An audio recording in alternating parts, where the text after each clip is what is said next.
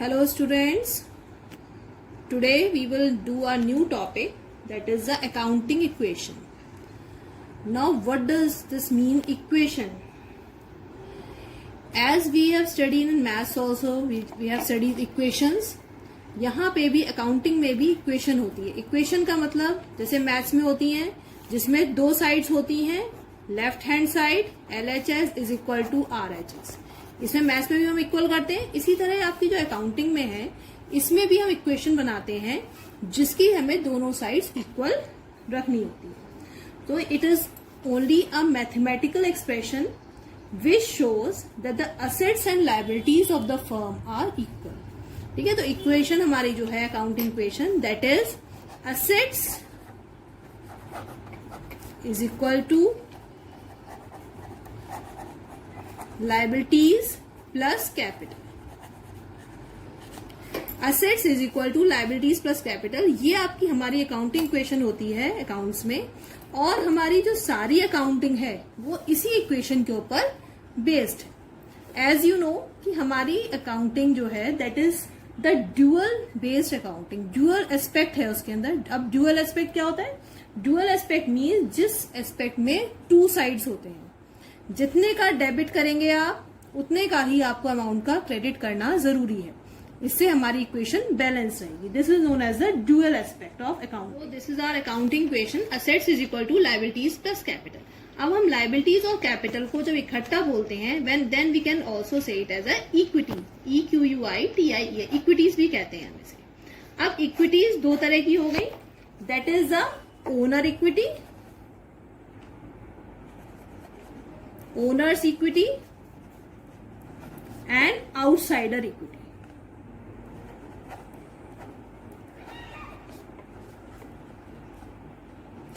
Owner equity क्या होता है? जो प्रोप्राइटर बिजनेस में मनी लगा रहा है. कोई भी जो स्टार्टिंग में जब बिजनेस में मनी लगाता है प्रोप्राइटर, तो वो उसकी बिजनेस की लायबिलिटी बन जाती है कि इन केस अगर बिजनेस नहीं चलता है या उसे वाइंड ऑफ करना पड़ता है तो ओनर की इक्विटी भी उसे, ओनर की जो कैपिटल है उसे बिजनेस को वापस करना है. तो this is also the liability of the business. And outsider equity कौन सी होती है? जैसे आपके क्रेडिटर्स हैं, बिजनेस के क्रेडिटर्स हैं, बिल्स पेबल है या बैंक का लोन है. These all are the outsiders equity. और इन दोनों को हम मिला के कहते हैं total equity, that is liabilities plus capital. We call it as a equity. So this is accounting equation. और अकाउंटिंग इक्वेशन को we also call it as a balance sheet equation. Balance sheet equation. Yes, now after seeing the meaning of accounting equation, now we will see the effect of transactions on accounting equation. Effects of transactions on accounting equation. कुछ transactions का accounting equation पे क्या effect पड़ता है? जैसे transactions business में क्या होते हैं? Introduction of new capital, introduction of capital, purchase of goods, sale of goods, payment to creditors और पेमेंट रिसीव फ्रॉम डेटर्स. ये सब ट्रांजेक्शन्स जो अकाउंटिंग जो हमारे बिजनेस में रेगुलर होते हैं उनका ट्रांजेक्शन्स का अकाउंटिंग इक्वेशन पे क्या इफेक्ट पड़ता है. अब ये भी हमारे होते हैं दो तरह के इफेक्ट होते हैं. फर्स्ट है हमारा transactions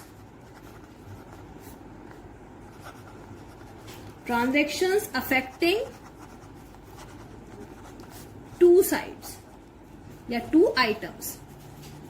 transaction affecting two items, जो ट्रांजेक्शन दो आइटम्स को इफेक्ट हमारे कर रहे हैं. ठीक है, तो इसमें क्या है हम लोग इसमें पढ़ेंगे आगे. जैसे फर्स्ट है आपका increase in asset, increase in asset and increase in liability. दो इफेक्ट कर रहे हैं और डिफरेंट साइड्स. ठीक है, transaction affecting two items and on different sides. ठीक है, तो हमारा फर्स्ट हमारा कोई ट्रांजैक्शन लेते हैं जिसमें असेट में इंक्रीज हो रहा है और लायबिलिटीज में भी इंक्रीज हो रहा है। अब आप एक बार ध्यान रखिएगा, जब डिफरेंट साइड्स इफेक्ट करती हैं तो दोनों तरफ असेट्स और लायबिलिटीज में या तो इंक्रीज होगा या डिक्रीज होगा। क्लियर? अगर दोनों साइड इफेक्ट कर रही है, ऐसा नहीं हो सकता कि असेट्स इंक्रीज हो रहे हो लायबिलिटी डिक्रीज हो रही हो, या असेट्स डिक्रीज हो रहे हो लायबिलिटी इंक्रीज हो रही है। ये एक ट्रिक है कि अगर दोनों साइड्स आपके इफेक्ट कर रहे हैं इक्वल टू के, जो भी ट्रांजेक्शन इफेक्ट कर रहा है असेट्स में भी इफेक्ट कर रहा है और लायबिलिटी साइड में इफेक्ट कर रहा है, तो दोनों या तो इंक्रीज हो रहे होंगे या दोनों डिक्रीज हो रहे होंगे। अब increase in asset, increase in liability, इसका एग्जाम्पल देखते हैं हम। जैसे हमने कर दिया purchase goods on credit, goods को हमने क्रेडिट पे परचेज किया है, तो हमारे गुड्स क्या है, this is asset, asset increase हो रहा है, प्लस हो रहे हैं, गुड्स हमारे गोडाउन में आ रहे हैं, और हमने क्रेडिट में परचेज किया है, दैट मीन्स हमारे क्रेडिटर्स भी इंक्रीज हो रहे हैं, क्रेडिटर्स भी इंक्रीज हो रहे हैं इधर, तो ये लायबिलिटी साइड में इंक्रीज हो रहे हैं। तो एक तरफ असेट में गुड्स इंक्रीज हो गए, दूसरी तरफ लायबिलिटीज में हमारे क्रेडिटर्स इंक्रीज हो गए। तो this is an example of increase in asset and increase in liability, दोनों साइड में इंक्रीज हो रहा है। नाउ सेकंड हमारा ट्रांजैक्शन कौन सा होता है, decrease in liability and decrease in asset. यहां इंक्रीज दिखाया हमने, अब हम देखेंगे डिक्रीज। बी हमारा है, बी पॉइंट है decrease, decrease in asset and decrease in liability. Now decrease in asset and decrease in liability, we will take the example as payment to creditor. यहीं से देख लीजिए, जैसे हमने यहाँ पे क्रेडिट में परचेज करे थे, जो हमारे असेट थे, गुड्स परचेज किए थे क्रेडिट में, अब इन्हीं क्रेडिटर्स को हम पेमेंट कर रहे हैं। ठीक है, अभी हमने पेमेंट नहीं किया था, उधार क्रेडिट में ना, उधार में हमने खरीदे थे, अब हम इसे पेमेंट कर रहे हैं। जब पेमेंट करेंगे तो हमारा क्या होगा, कैश डिक्रीज होगा, कैश पेमेंट कर रहे हैं, और दूसरी तरफ जो हमारे क्रेडिटर्स थे ये भी डिक्रीज होंगे, क्रेडिटर्स भी माइनस होंगे, तो दोनों तरफ माइनस होगा अमाउंट, इक्वल अमाउंट से दोनों तरफ माइनस होगा। ठीक है, तो this is decrease in asset and decrease in liability. Now see is increase in asset, increase in asset and increase in owners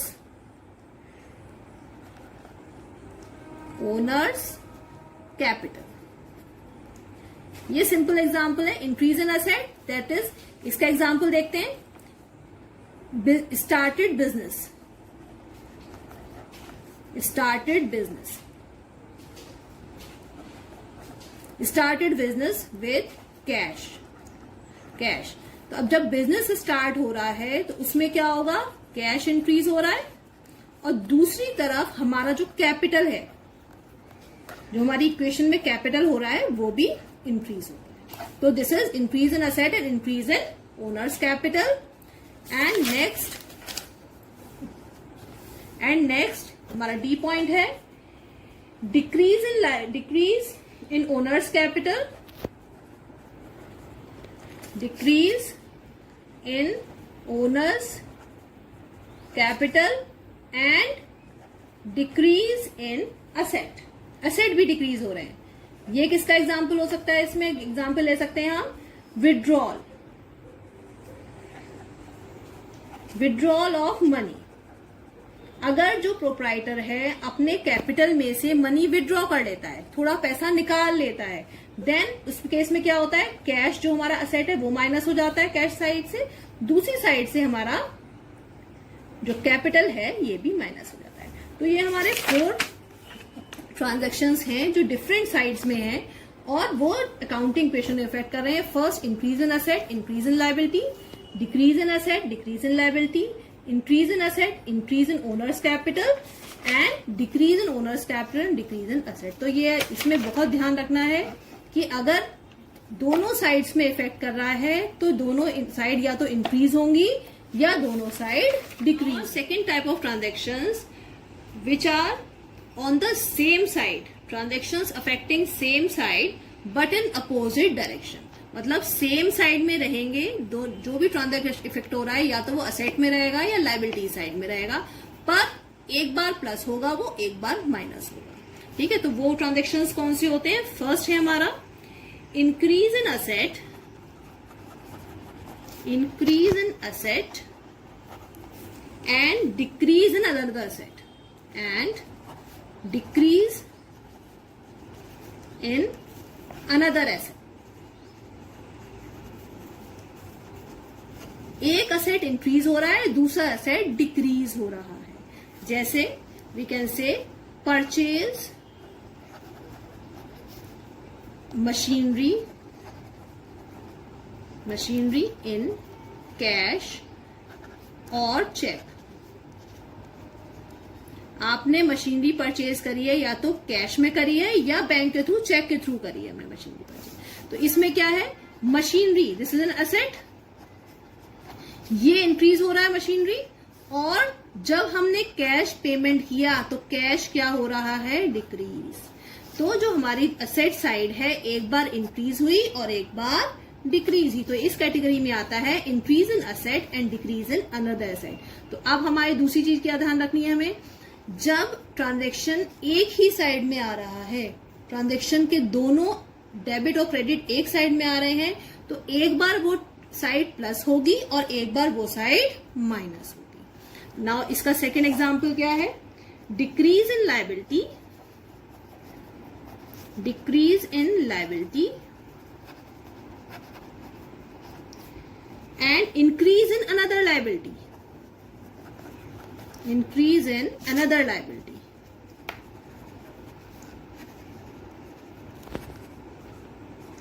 एक लायबिलिटी डिक्रीज हो रही है, दूसरी लायबिलिटी इंक्रीज हो रही है।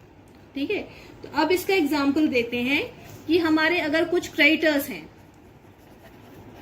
हमारे पास क्रेडिटर्स कैसे आए हैं? क्रेडिटर्स कैसे? जैसे हमने कोई परचेज किया है कोई चीज क्रेडिट में, तो हमारे क्रेडिटर्स इंक्रीज हो जाते हैं। अब इन क्रेडिटर्स को हमने बिल्स पेबल दे दिए।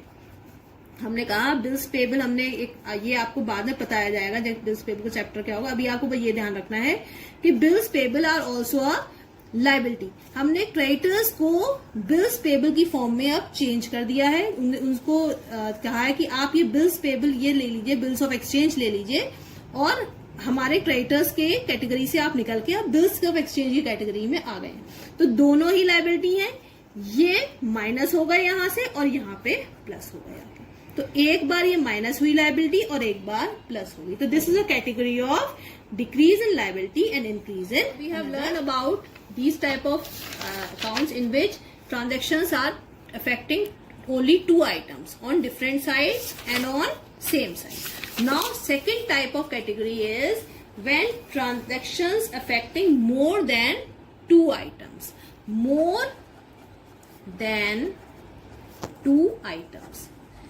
इसमें कई बार ट्रांजेक्शन ऐसे होते हैं जिसमें या तो डेबिट में या क्रेडिट में, एक डेबिट में होगा, दो क्रेडिट में होंगे, या दो डेबिट में है और एक क्रेडिट, मतलब दो से ज्यादा आइटम्स को ये इफेक्ट करते हैं। अब इसके एग्जाम्पल क्या लेते हैं हम? इसका एग्जाम्पल जैसे sale of goods in profit.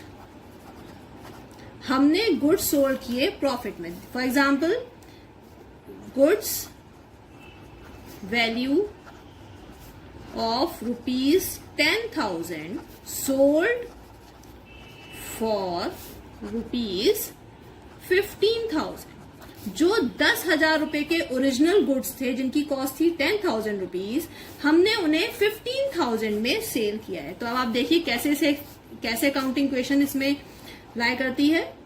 हमने अकाउंटिंग क्वेश्चन लिख ली। अब असेट, हमारे जो गुड्स थे दीज आर असेट, ये हमारे यहाँ पे रहेंगे, तो हम माइनस 10,000 करेंगे यहां से। एक बार ओरिजिनल वैल्यू, ध्यान रखिएगा, असेट्स जो स्टॉक है हमारा उसमें से हमेशा ओरिजिनल वैल्यू माइनस की जाती है। तो हमारी ओरिजिनल वैल्यू कितनी है? 10,000, तो हमने 10,000 माइनस कर दिया। अब हमें 15,000 इन कैश, 15,000 है हमने बेचे हैं, तो हमारे पास कैश कितना आ रहा है? 15,000। तो हमने 15,000 ऐड कर दिया कैश में। क्लियर? 15,000 ऐड कर दिया। अब इन दोनों का डिफरेंस कितना आ रहा है? इन दोनों का डिफरेंस आ रहा है 5,000 रुपीज। तो दिस इज अ प्रॉफिट। यहां ऐसे लिखना नहीं है, मैं सिर्फ समझा रही हूं आपको। 10,000 गुड्स के थे, माइनस कर दिए, और ये थी सेल, ये आपने प्लस कर दिया, और जो 5,000 का प्रॉफिट था ये आपका हमेशा कहाँ ऐड होगा? Profit are added only in capital. तो कितने अकाउंट इफेक्ट हुए? First goods, second stock, and third आपका जो कैपिटल है, आपका प्रॉफिट इसमें ऐड किया जाएगा।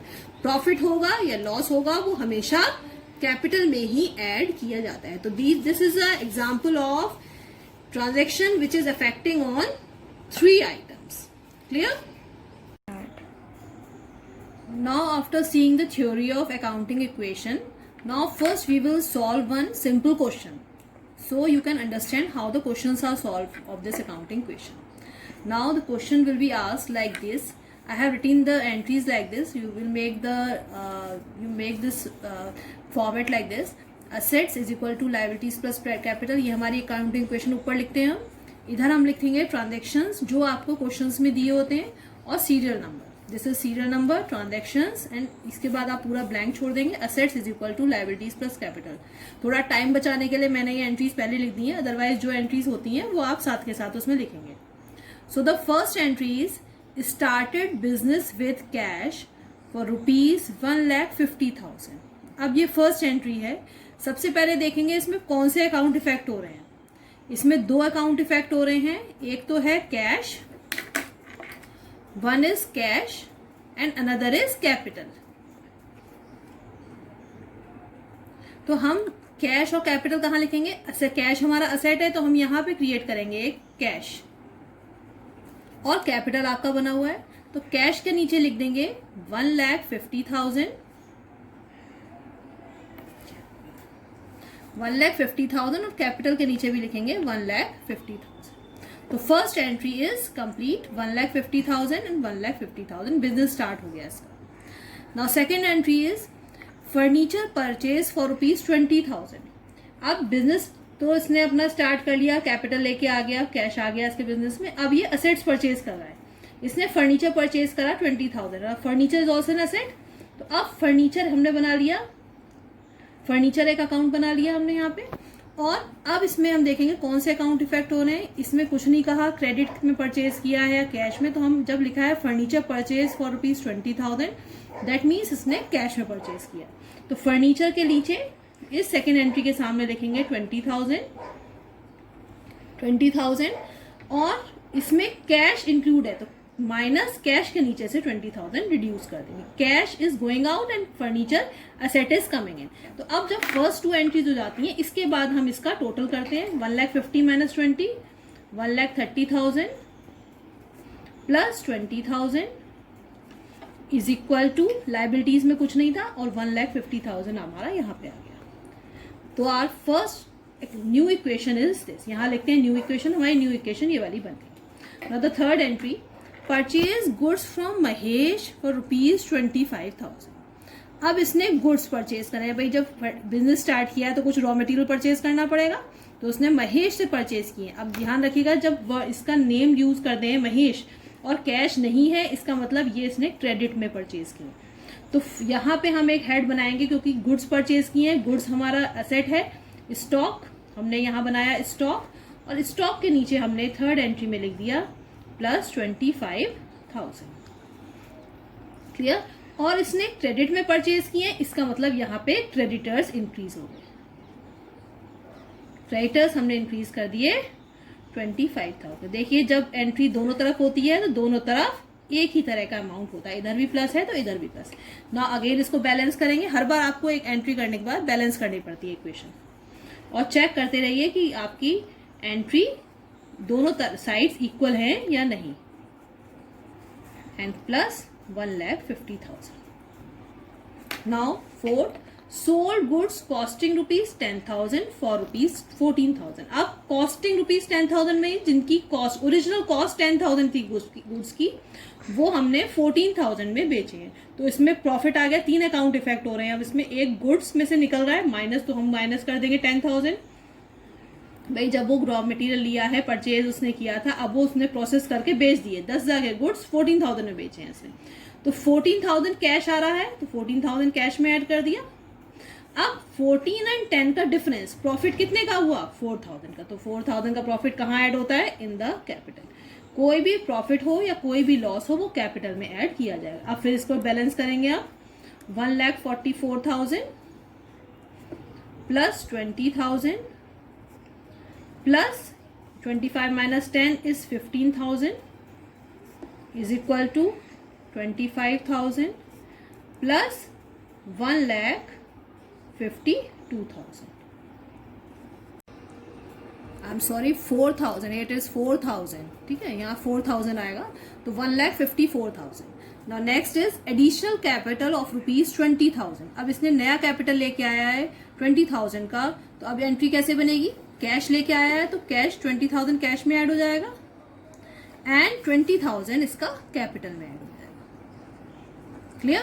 तो 1 लाख एंट्री होगी, 1,64,000 हो गया plus 20,000 plus 15,000 is equal to 25,000 and plus 1,74,000। इस तरह से हम एंट्री करेंगे इसकी। Now next is commission receive ₹1,000। Now commission is a income हो रही है इसे, और हमें पता है हमारी जितनी भी इनकम्स या प्रॉफिट होते हैं वो कहाँ ऐड होते हैं? सबसे पहले आपका कैपिटल में ऐड होगा, दूसरा कैश आ रहा है इससे, तो कैश के इसमें ऐड हो जाएगा 1,000, तो 1,65,000 प्लस, ये बहुत सिंपल वाला क्वेश्चन लिया है, इसमें ज्यादा टिपिकल नहीं है, बाद में हम देखेंगे और थोड़ी एंट्रीज हैं इसकी, उसमें एंट्रीज करने के बाद then we will do that one full question. 75,000।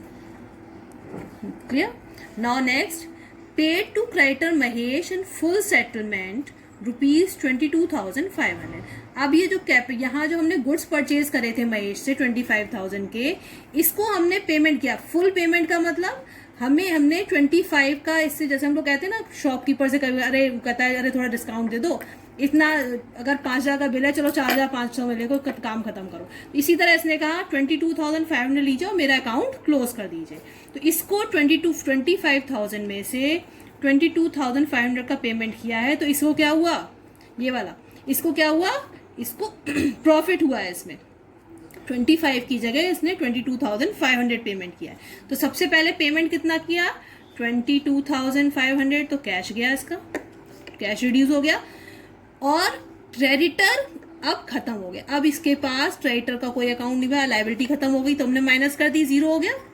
अब जो इसे प्रॉफिट हुआ है 2,500 का, ये आपका कहाँ पे ऐड हो गया है? प्रॉफिट हुआ है 2,500 का, ये आपका ऐड हो गया है आपका जाके कैपिटल में 2,500। देखिए 25,000 यहाँ लेस हुआ, 22,500, तो 2,500 यहाँ ज्यादा लेस कराए, तो यहाँ हमने प्लस कर दिया, तो यहाँ अपने आप इक्वेशन बैलेंस हो गई। तो माइनस करेंगे 500 और आपका 4 माइनस 2 2, 6 माइनस 2 इज 4, 1,42,000। एक बार और कैलकुलेशन कर लेते हैं इसकी, 2 4 प्लस 22,000 प्लस 15,000, ये हमारा इधर आ गया, इज इक्वल टू, ये कैंसिल हो गया और आपका ये बढ़ गया 500,771, 1,77,500। ये हमारी न्यू इक्वेशन बन गई। नाउ द लास्ट हमारा एक और ट्रांजैक्शन रह गया है, सोल्ड गुड्स कॉस्टिंग ₹15,000। अब सबसे पहले हमारे जो गुड्स हमने सोल्ड किए हैं जिनकी कॉस्ट 15,000 की, 15,000 के गुड्स रह गए, ये हमने सारे सेल कर दिए, तो माइनस 15,000 हम यहाँ कर दिए। ओरिजिनल कॉस्ट कितनी है? 15,000। फॉर 18,000 के हमने इन्हें बेचे और किसी का नेम यूज नहीं किया, इसका मतलब हमने कैश में दिया है, तो यहाँ 18,000 आ रहा है हमारा मनी। 15,000 के गुड्स 18,000 में सोल्ड किए हैं, तो इसको कितना प्रॉफिट हुआ? 15 एंड 18 माइनस 15 दैट इज 5 6 7 8, 3,000 का प्रॉफिट आप कहाँ दिखाएंगे? यहाँ। एक चीज और रह गई इसमें, 18,000 of which 5,000 received in cash, इसको सिर्फ 5,000 रुपीज मिले हैं, तो ये 18,000 नहीं आएगा, यहाँ आएगा 5,000। अब इसके जो बचे हैं अमाउंट 18,000 में से सिर्फ 5,000 मिले, इसका मतलब 13,000 के इसके क्या क्रिएट हो गए, डेटर्स, इसके डेटर्स क्रिएट हो गए। तो यहां हम इसके इक्वेशन में ऐड कर देंगे 13,000। Clear? Now we will add this. Total कितना हो गया इसका, 1,47,500 प्लस 20,000। अब आपके गुड्स हो गए 0, कुछ नहीं बचा यहाँ पे, प्लस 13,000 के डेटर्स क्रिएट हो गए, इज इक्वल टू, ये नील है, कुछ नहीं है यहाँ पे, और ये हो गया है आपका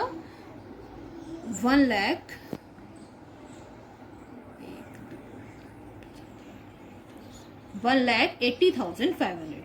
अब लास्ट में हम इनको टोटल करके देख लेते हैं। यहां से एसेट्स टोटल करेंगे, लायबिलिटीज नील हो गई हैं और आपका कैपिटल 1 लाख। अगर ये दोनों टोटल हमारे इक्वल आते हैं, दैट मीन्स हमारे सारे ट्रांजेक्शन्स हमने करेक्टली पोस्टिंग की। तो ये आपका क्वेश्चन था ट्रांजेक्शन्स का, अकाउंटिंग इक्वेशन का। बिल्कुल सिंपल क्वेश्चन था, ज़्यादा टिपिकल कोई चीज़ नहीं थी इसमें। अब आप आगे जब देखेंगे तो उसमें थोड़े से नई एंट्रीज हैं, उसके बाद एक कंप्लीट क्वेश्चन करेंगे।